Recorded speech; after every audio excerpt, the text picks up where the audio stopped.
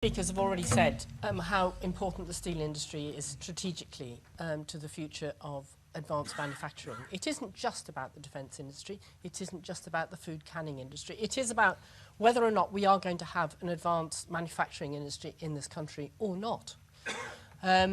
Because we cannot do it without the operations that are currently centred at Port Talbot. What nobody has mentioned so far is the strategic work that Tata has been involved in with our universities in the specific scheme, which is about the Sustainable Product Engineering Centre for Innovative Functional Industrial Coatings, which in plain language is the panels on the Salsa house which produce the energy that enable new buildings to become power stations.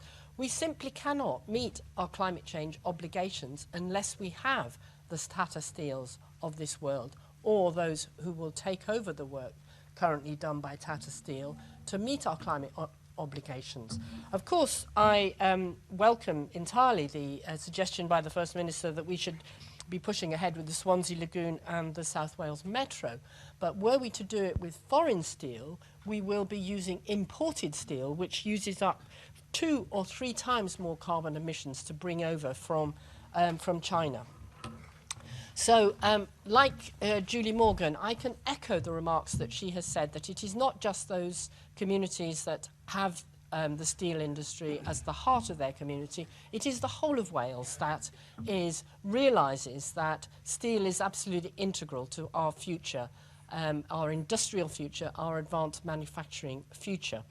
So I think there is widespread interest and support in what the Welsh Government is doing, and trepidation that the UK Government will be found wanting.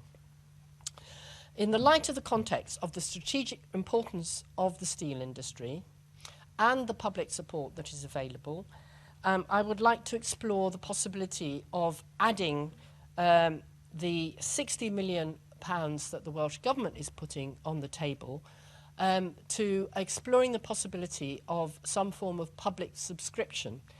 If the transitional plan, the McKinsey plan, which I appreciate you have yet to see, if that adds up, what thought has the Welsh Government given to enabling the whole of the community of Wales to buy into saving the Port Talbot operations, which also obviously are crucial to the survival of all the other steel operations in Wales?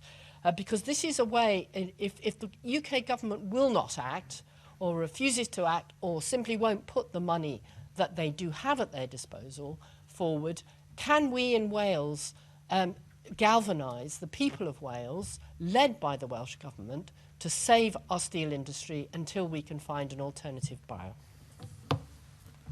Well, it's an interesting suggestion. The difficult, but first of all, I'm trying to work out how that would work. There would have to be a PLC set up, listed, in order to be able to issue shares. The directors of the company would have to satisfy themselves that they weren't trading whilst insolvent, which, without a guarantee from government, would be the case. They'd then become personally liable for the debts of that company. So again, we come back to this point of there being an unlimited guarantee potentially on the table from Welsh Government with regard to the steel industry in Wales, which is a substantial risk to be exposed to. My view is, and always has been, that this is a UK industry. It needs UK support. We can put some support on the table, that much is true. We can't do it all, given the numbers that are there. And of course, there are issues that would need to be resolved, such as energy costs, such as tariffs, that we can't influence. And they are long-term problems for the industry that can be influenced at UK level. That said, we look to see what needs to be done over the course of the next few days and weeks to secure the industry. But we have to be wary of creating a situation where all the liabilities on the Welsh Government, and that liability is unlimited.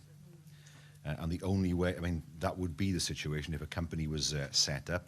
Otherwise, how can the directors satisfy themselves that they are trading in a manner that isn't, that they're not trading whilst insolvent? And the only way to resolve that is to have a guarantee in place that there is a funding stream in order for the company to be able to demonstrate that it is solvent. So there are issues that would need to be resolved there that are not easy to resolve. and Nick Ramsey.